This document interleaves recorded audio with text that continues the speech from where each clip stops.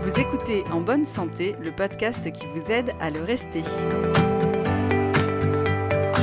Cet épisode vous est proposé par le mutualiste MBA Mutuel. Bonjour et bienvenue dans ce podcast. Je m'appelle Léa et aujourd'hui, je vais vous donner les clés pour bien dormir.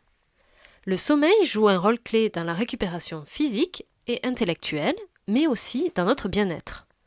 Pourtant, les Français ne dorment pas assez. Moins de 7 heures par nuit en moyenne, et de nombreuses personnes ont des difficultés pour s'endormir ou se réveillent parfois plusieurs fois au cours de la nuit. Alors, pour vous aider à bien dormir et mettre toutes les chances de votre côté, je suis allée demander des conseils au docteur Rachel Debs, neurologue au CHU de Toulouse et spécialiste du sommeil. Écoutez son premier conseil, il est lié à nos habitudes. Ce qu'il faut surtout, c'est important, donc je vous disais, on a un sommeil qui est individuel et on a un rituel d'endormissement qu'on a acquis dans la petite enfance et qu'il faut aussi respecter. Or, on est tous différents et on va tous avoir des façons de procéder différentes pour s'endormir. Si j'ai pris l'habitude de lire avec peu de lumière, il faudra que je respecte ça tout le long de ma vie. Si je préfère m'endormir avec les volets clos, je ferai ça. Dans les pays nordiques, ils ont plutôt l'habitude de laisser les volets ouverts, ils arrivent à s'endormir. Il faut dire que le sommeil a une forte composante culturelle, mais aussi historique. Le choix, volontaire ou contraint, de dormir seul, en couple ou en famille, va différer d'un pays à l'autre et d'une période à l'autre. Donc ici en Occident, on a plutôt tendance, en tout cas le couple, à dormir ensemble, mais ça n'a pas toujours été le cas. Il y a un moment donné où les couples ils dormaient séparément. C'est un peu, encore une fois, en fonction du vécu de chacun et comment ça peut se passer. Pour ce qui est des cododos avec les enfants, il y a des sociétés où ça se fait pleinement et ça pose pas de problème. Et quand on va dans des sociétés plus pauvres ou autres, tout le monde dort dans la même pièce au sol. Donc c'est un peu pareil, c'est-à-dire qu'il n'y a pas de règle absolue, il faut essayer de s'adapter à ce qu'on a comme possibilité et essayer de faire au mieux.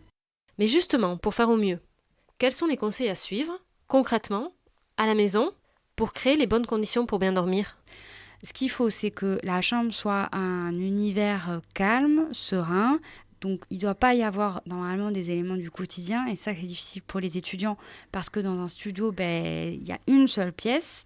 Donc, il faut que ce soit le plus neutre possible. Il faut qu'il n'y ait pas d'écran normalement dans une pièce pour s'endormir, dans la chambre. Limiter les réveils ou des rappels qui donnent l'heure parce que c'est ça qui va nous maintenir éveillés. Quand vous vous réveillez au cours de la nuit et que vous regardez l'heure, en fait, votre cerveau il va se mettre en mode éveil.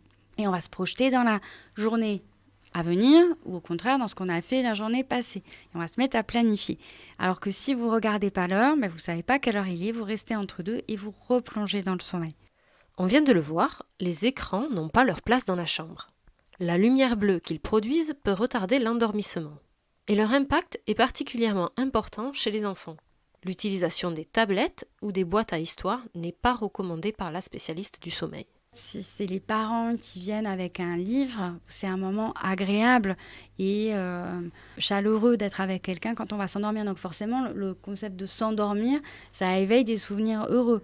Que seul à brancher ma tablette ou à regarder, c'est pas tout à fait pareil pour la suite.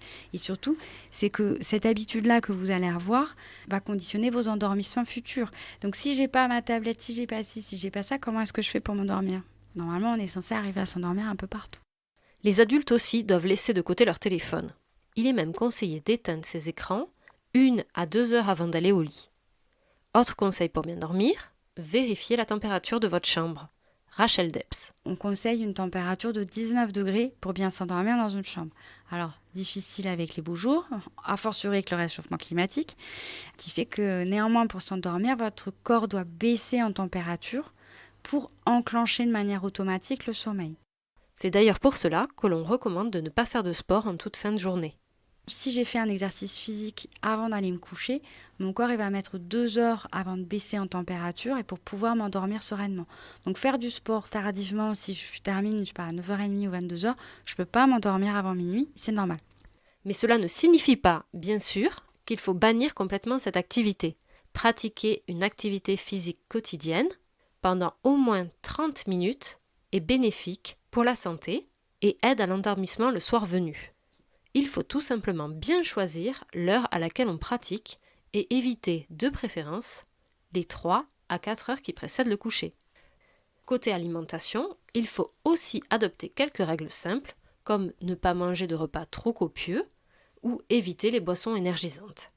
Dernier conseil de la neurologue, être à l'écoute des signes du sommeil. On commence à avoir du mal à se concentrer, les yeux qui piquent, ou quand on lit et qu'on commence à avoir flou ou pas retenir ce qui se passe, c'est que c'est le moment, faut y aller. Il faut surtout pas se dire, non mais je vais passer outre. Si je passe outre, en fait, comme on dit, c'est on loupe le train de sommeil, il faut attendre le suivant pour pouvoir se rendormir. Dédier sa chambre uniquement au sommeil, respecter un rituel de coucher, s'écouter, sont autant de petites astuces qui peuvent vous aider à mieux dormir. Vous venez d'écouter En bonne santé, un podcast du mutualiste MBA Mutuel.